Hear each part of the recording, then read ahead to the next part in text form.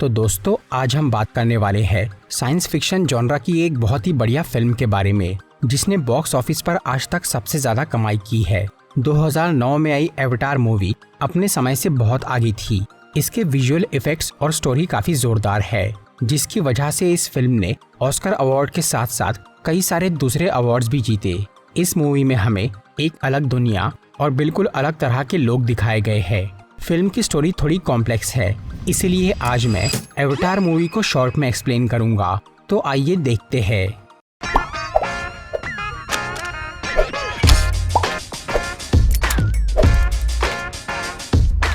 इस फिल्म में हमें 22वीं सेंचुरी यानी भविष्य का समय दिखाया गया है, जहां सब कुछ बहुत एडवांस हो गया है। साइंस और टेक्नोलॉजी में दुनिया ने काफी तरक्की कर ली है, लेकिन इसी के साथ अब धरती की जनसंख्या इतनी बढ़ चुकी है कि नेचुरल रिसोर्सेज खत्म होने लगे हैं। इसीलिए साइंटिस्ट दूसरे प्लैनेट्स की खोज चालू कर देते हैं। इसी दौरान उन्हें एक सोलर सिस्टम मिलता है जिसमें एक प्लैनेट था पॉलीफेमस। वो ग्रह तो रहने लायक नहीं था, पर उसका एक चांद यानी मून था पेंडोरा, जो कि पृथ्वी के जितना ही बड़ा था और काफी हरा भरा था। इस चांद पे बहुत ज्यादा नेचुरल रिसोर्सेज थे, इसीलिए इंसान वहां पहुंच जाते हैं और उस जगह की रिसर्च करना शुरू करते हैं। पेंडोरा पर साइंटिस्ट को अनोप्टेनियम नाम का एक बहुत ही खास एलिमेंट मिलता है, जो कि काफी अच्छा एनर्जी कंडक्टर था। इसीलिए उसकी कीमत 100 करोड़ रुपए पर किलो थी, जिसकी वजह से RDA यानी रिसोर्सेज डेवलपमेंट एडमिनिस्ट्रेशन नाम की एक कंपनी वहां जाकर उस एलिमेंट की माइनिंग चालू कर देती है।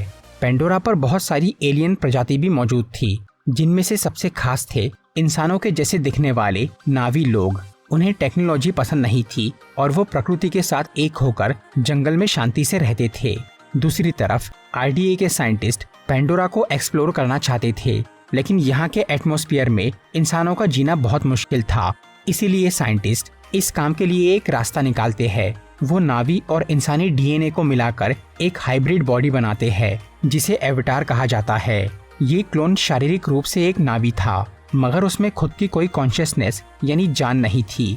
उस बॉडी में एक मशीन के जरिए इंसान अपनी कॉन्शियसनेस डाल के उसे ऑपरेट कर सकता था। इस एक्सपेरिमेंट के सफल होते ही धरती के साइंटिस्ट उन एवटार का इस्तेमाल करके पेंडोरा के जंगलों की रिसर्च करने लग जाते हैं। इस तरह से उनका असली शरीर वहाँ के एनवायरनमेंट से सुरक्षित रहता है। इसके बाद सन 2145 में एवटार प्रोग्राम की हेड डॉक्टर ग्रेस ऑगस्टिन को पेंडोरा में फील्ड मिशन के लिए एक साइंटिस्ट की जरूरत पड़ती है। ग्रेस की मदद करने के लिए टॉम सली नाम के एक जवान साइंटिस्ट को चुना जाता है, जो कि पृथ्वी पर रहता था। RDA वाले टॉम के DNA के साथ नावी DNA को मिलाकर उसके लिए एक एवटार बनाते हैं और टॉम को 3 साल तक धरती पर ट्रेनिंग दी जाती है। लेकिन फिर सन 2148 में उसके पेंडोरा जाने से पहले ही एक चोर टॉम का मर्डर कर देता है। RDA वालों ने टॉम का एवटार बनाने में काफी पैसा खर्च किया था और अब एक नए इंसान के लिए दूसरा एवटार बनाना उनके लिए नुकसान वाली बात थी। इसलिए वो लोग टॉम के भाई जेक सली को उसकी जगह लेने के लिए कहते हैं, क्योंकि टॉम और जेक दोनों जुड़वा भाई थे और उनका DNA सेम था। इसलिए जो एवटार टॉम के लिए बनाया गया था उसमें जेक की कॉन्शियसनेस को इजीली ट्रांसफर किया जा सकता था, पर जेक साइंटिस्ट नहीं था। वो पहले US मिलिट्री में एक सोल्जर था, जहां लड़ाई में घायल होने से उसके दोनों पैर पैरालाइज हो गए थे। तब RDA वाले जेक से मिलके उसे एवटार प्रोग्राम में शामिल होने के लिए बोलते हैं और बदले में वो उसे बहुत सारे पैसे देने की बात करते हैं। इसलिए जेक इस मिशन के लिए तैयार हो जाता है। इसके बाद जेक एक स्पेसशिप से 6 साल तक ट्रेवल करता है और सन 2154 में पेंडोरा पहुंचता है, जहां उसकी मुलाकात ग्रेस ऑगस्टिन से होती है। ग्रेस जेक को वहां देखकर खुश नहीं होती, क्योंकि उसे एक साइंटिस्ट की जरूरत थी, ना कि सिपाही की। लेकिन उनके पास दूसरा ऑप्शन नहीं था, इसीलिए वो जेक को एवटार प्रोग्राम में शामिल कर लेती है। फिर जेक और उसके एक साथी नॉर्म, उन दोनों की आत्मा को उस नए शरीर में डाला जाता है। इस प्रोसेस में उनकी ह्यूमन बॉडी सो जाती है और वो लोग एवटार बॉडी में जाग उठते हैं। जेक बहुत ही जल्दी अपने नए शरीर को अच्छी तरह इस्तेमाल करना सीख जाता है। इसी बीच RDA की सिक्योरिटी फोर्स के हेड कर्नल कॉरिच को पता चलता है कि जेक पहले एक सोल्जर था और उसने कई बड़ी जंग लड़ी है। इसीलिए कर्नल जेक से मिलके उसे बोलता है कि वो सिर्फ नाम के लिए ही डॉक्टर ऑगस्टिन के साथ काम करे और नावी लोगों की सारी जानकारी उसे आकर बताए। असल में RDA के मालिक पार्कर सेल्फ्रिज को किसी भी कीमत पर वो अनोप्टेनियम चाहिए था, जिसे हासिल करने की जिम्मेदारी उसने कर्नल कॉरिच को दी थी। कर्नल चाहता तो वो आसानी से अपनी फौज और हथियारों से नावी पे हमला करके उनकी जमीन से अनोप्टेनियम निकाल सकता था, लेकिन वो ये काम शांति से करना चाहता था। इसीलिए उसने जेक को चुना और उसे नावी की कमजोरी पता लगाने को कहा, ताकि वो उन्हें आसानी से रास्ते से हटाकर वो अनोप्टेनियम निकाल सके। इसके बदले में कर्नल जेक के पैरालाइज पैर ठीक कराने का वादा करता है, इसीलिए जेक उस काम के लिए राजी हो जाता है। फिर एक दिन ग्रेस, जेक और नॉम ये लोग अपने एवटार रूप में जंगल में रिसर्च करने जाते हैं, जहां प्लांट्स की स्टडी करके डॉक्टर ऑगस्टीन को पता चलता है कि पेंडोरा के सभी पेड़ पौधे एक खास बायोलॉजिकल नेटवर्क से आपस में जुड़े हैं। इसी दौरान जेक इनसे थोड़ा दूर होकर जंगल में टहलने लगता है। तभी एक खतरनाक जानवर उस पर हमला कर देता है। तब जेक उससे बचकर भागता है और वो अपनी जान बचाने के लिए एक झरने से नीचे कूद जाता है। इसकी वजह से वो अपने साथियों से अलग हो जाता है। ग्रेस और नॉर्म जेक को जंगल में काफी ढूंढते हैं, लेकिन क्योंकि अब रात होने वाली थी, इसीलिए उन्हें मजबूरी में वापस लौटना पड़ता है। इधर जेक जंगल में अकेला भटक रहा था। तभी नेटेरी नाम की एक नावी लड़की उसे देख लेती है। जेक के इंसानी कपड़ों से वो ये समझ जाती है कि वो एक एवटार है, जो कि पहले भी उनके बीच आ चुके हैं, लेकिन नावी और इंसानों में कभी अच्छा रिश्ता नहीं बन पाया, क्योंकि इंसान उनके प्राकृतिक संसाधन चुराना चाहते हैं। इसीलिए नेटेरी जेक को मारने के लिए अपना हथियार उठाती है, पर जैसे ही वो तीर चलाने लगती है, तभी एक पेड़ का बीज, जो कि एक जिंदा प्राणी जैसा था, वो नेटेरी के तीर के सामने आ जाता है। इसीलिए वो रुक जाती है, क्योंकि वो बीज आत्मा के पेड़ का था, जिसे नावी बहुत पवित्र मानते थे और उसमें उनकी देवी एवा का वास था।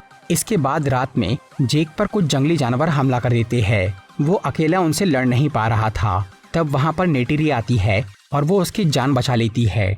इसीलिए जेक उसके पीछे जाने लगता है, लेकिन नेटेरी उसे मना करती है। तभी वो पवित्र पेड़ के बहुत सारे बीज वहाँ आकर जेक के शरीर पर बैठ जाते हैं।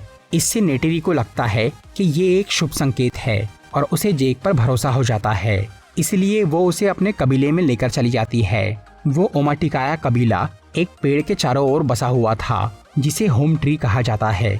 वहाँ उस कबीले के सरदार, जो कि नेटेरी के पिता थे, वो जेक को मारने का फैसला करते हैं, क्योंकि इंसानों ने पेंडोरा को बहुत नुकसान पहुँचाया था। लेकिन तब नेटेरी उन सबको वो शुभ संकेत के बारे में बताती है, जिसे सुनकर उसकी माँ, जो कि उस कबीले की धर्म गुरु थी, वो जेक को अपने साथ रहने का मौका देती है और वो उसे नावियों के तौर तरीके सिखाने का फैसला करती है। जेक को ट्रेन करने की जिम्मेदारी नेटेरी को दी जाती है। फिर जेक उन सबके साथ खाना खाकर सो जाता है। इससे उसकी आत्मा वापस अपने असली शरीर में आ जाती है।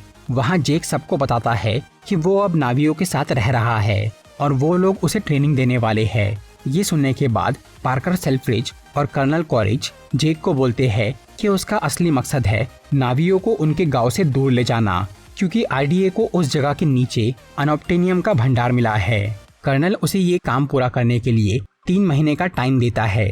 उधर ग्रेस को ये पता चल जाता है कि जेक कर्नल को इन्फॉर्मेशन दे रहा है, जिसकी वजह से उसकी रिसर्च खराब हो सकती थी। इसीलिए वो अपनी एवटार मशीन्स के सेटअप को आईडीए के हेडक्वार्टर से दूर एक सुनसान पहाड़ पर लेकर चली जाती है, ताकि कोई उनके काम में दखल न दे। इसके बाद जेक अपने एवटार शरीर में ट्रेनिंग करना शुरू करता है। नेटेरी उसे वहाँ की भाषा, हथियार चलाना और जानवरों पे सवारी करना सिखाती है। जेक ये सब काफी जल्दी सीख जाता है और नावियों का भरोसा जीतने लगता है। इसका फायदा उठाकर वो ग्रेस के एवटार रूप को भी वहाँ लाने की परमिशन ले लेता है। अब जेक की ट्रेनिंग को 3 महीने पूरे होने वाले थे, लेकिन वो अब तक ओमाटिकाया कबीले को उनके गांव से हटा नहीं पाया था। इसीलिए कर्नल कॉरिच उसे वार्निंग देता है। तब जेक उन्हें बोलता है कि उसकी ट्रेनिंग अब खत्म होने वाली है, जिसके बाद नावी लोग उसे अपने कबीले में शामिल कर लेंगे। तब वो उन्हें वहाँ से हटाने की बात करेगा।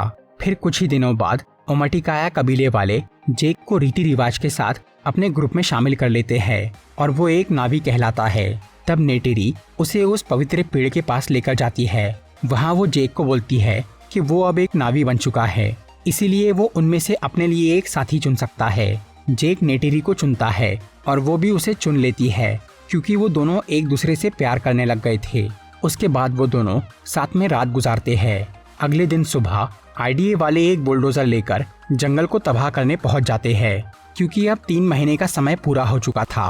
तब जेक उन्हें रोकने की कोशिश करता है, पर वो नहीं रुकते और जंगल का कुछ हिस्सा बर्बाद कर देते हैं। इसकी वजह से ओमटिकाया कबीले वालों का जेक और ग्रेस पर से भरोसा उठ जाता है और वो लोग इंसानों के साथ जंग की तैयारी शुरू कर देते हैं। उधर पार्कर और कर्नल कैमरे में ये देख लेते हैं कि जेक उनके बुलडोजर पे हमला करके उसे रोकना चाह रहा था। तब कर्नल जबरदस्ती जेक को उसके अवतार रूप से बाहर लाता है और उससे पूछताछ करता है, जिससे उन्हें पता चलता है कि नावी किसी भी हालत में अपना गांव नहीं छोड़ने वाले।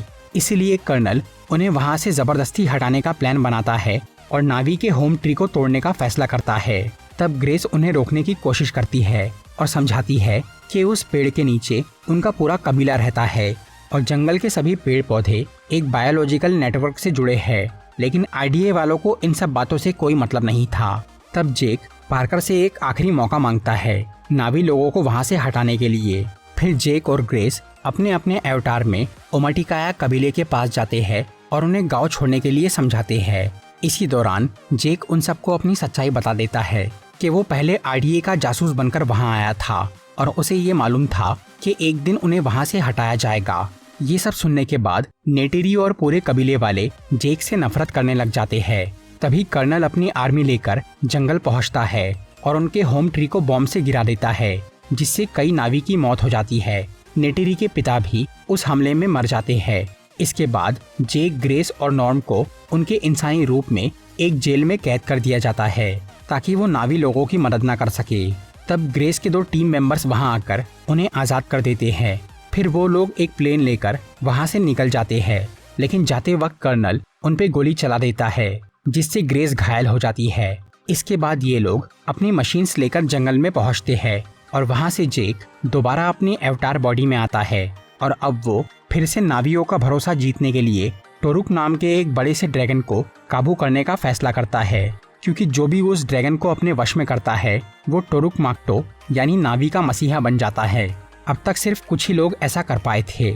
जेक अपने एक पालतू ड्रैगन की मदद से आसमान में जाकर टोरुक को ढूंढता है और ऊंचाई से उस पर कूद के उसे अपने काबू में कर लेता है। इसके बाद जेक उस ड्रैगन के साथ ओमटिकाया कबीले के पास पहुंचता है। जेक को टोरुक के साथ देखकर सब लोग उसे अपना मसीहा मान लेते हैं। फिर वो सबको एकजुट होकर आईडीए वालों से लड़ाई करने के लिए बोलता है और दूसरे कबीलों को भी मदद के लिए बुला लेता है। अब सभी नावी टोरुक माक्टो यानी जेक का हुक्म मानने लगते हैं। फिर वो लोग ग्रेस को बचाने की कोशिश करते हैं, लेकिन उसके घाव बहुत गहरे थे, इसलिए वो मर जाती है। इसके बाद जेक आत्मा के पेड़ के पास जाकर एवा से मदद के लिए प्रार्थना करता है, क्योंकि वो जानता था कि नावी की फौज आईडीए के सामने टिक नहीं पाएंगी। दूसरी तरफ कर्नल अपनी सेना और हाईटेक हथियार के साथ जमीन और आसमान दोनों तरफ से जंगल पे हमला करता है। इधर नावी भी बराबरी से जवाब देती है। फिर शुरू होती है एक खतरनाक जंग। एक तरफ इंसान हेलीकॉप्टर और मशीन गन्स के साथ लड़ रहे थे और दूसरी तरफ नावी अपने तीर कमान और जानवरों के साथ मुकाबला कर रहे थे। कर्नल की फौज नावी पर बहुत भारी पड़ती है और वो लोग हारने की कगार पे पहुंच जाते हैं। तभी पेंडोरा के बहुत सारे जंगली जानवर उनकी मदद के लिए वहां आ जाते हैं। आसमान में ड्रैगन्स उनके हेलीकॉप्टर को तबाह करने लगते हैं और जमीन पर बड़े राइनो और भेड़िए जैसे प्राणी सभी सोल्जर्स को खत्म कर देते हैं। ये देखकर नेटेरी समझती है कि एवा ने जेक की प्रार्थना सुन ली। फिर जब कर्नल का प्लेन तबाह होने लगता है तो वो एक हाईटेक आर्मर पहनकर जंगल में उतरता है। यहाँ वो नेटेरी के साथ लड़ाई चालू करता है, जो कि एक बड़े जानवर के साथ कर्नल से लड़ रही थी, लेकिन वो उस जानवर को अपने आर्मर से मार डालता है। फिर वो नेटेरी को मारने ही वाला था, तभी जेक वहाँ आ जाता है और वो कर्नल को बोलता है कि उसकी टीम हार चुकी है, इसीलिए अब वो भी अपने हथियार डाल दे। पर कॉरिच उसकी नहीं सुनता और वो जेक को मारने पर तुल जाता है। उस वक्त जेक का इंसानी शरीर और वो अवतार मशीन उसी जगह के पास थी जहां इन दोनों की लड़ाई चल रही थी। इसलिए कर्नल अब उस अवतार चेंबर पे हमला करके उसे डैमेज कर देता है, जिससे जेक के इंसानी शरीर को ऑक्सीजन नहीं मिल पाता और उसका अवतार कमजोर पड़ने लगता है। फिर कर्नल कॉरिच जेक के अवतार को मारने लगता है, तभी नेटेरी उस पर तीर चलाकर उसे खत्म कर देती है। उधर ऑक्सीजन नहीं मिलने से जेक का असली शरीर मरने ही वाला था। तब नेटेरी वहां जाकर उसे ऑक्सीजन मास्क लगाती है और उसकी जान बचा लेती है। लड़ाई के बाद जेक कबीले वालों के पास पहुंचता है, जहां सूटे नाम का एक नावी बुरी तरह जख्मी पड़ा था। नेटेरी के पिता के मरने के बाद सूटे को ही नया सरदार बनाया गया था, लेकिन फिलहाल वो इतना घायल हो गया था कि उसका बचना नामुमकिन था। इसीलिए अब सूटे जेक को सरदार की जिम्मेदारी सौंप के मर जाता है। इस सब के बाद आईडीए वालों को पेंडोरा से निकालकर पृथ्वी पर वापस भेज दिया जाता है और सिर्फ कुछ ही इंसानों को वहां रहने दिया जाता है जो नावी के सपोर्टर थे। आखिर में जेक ये फैसला करता है कि वो अपना इंसानी शरीर छोड़कर हमेशा के लिए एक नावी बन जाएगा। इसके लिए कबीले के सब लोग आत्मा के पेड़ के पास जमा होते हैं, जहां जेक की दोनों बॉडी को उस पेड़ से जोड़ा जाता है। इस प्रोसेस के जरिए उसकी कॉन्शियसनेस हमेशा के लिए उस एवेटार यानी नावी शरीर में चली जाती है और इससे जेक का पुनर्जन्म होता है। इसके आगे की कहानी इस मूवी के सेकंड पार्ट में दिखाई जाएंगी। तो दोस्तों, ये थी एवेटार मूवी की एक्सप्लेनेशन। अगर आपको ये वीडियो अच्छी लगी हो तो इसे लाइक और शेयर ज़रूर करिए और ऐसी ही इंटरेस्टिंग वीडियोस देखने के लिए सब्सक्राइब कीजिए हमारा चैनल और इस बेल आइकन को दबाइए ताकि आपको हमारी वीडियोस सही टाइम पर मिल सके। Walking alone, the streets are empty. The only thing I can see is my own silhouette. I'm getting stronger, step by step. The clock is ticking, but there's no time for me.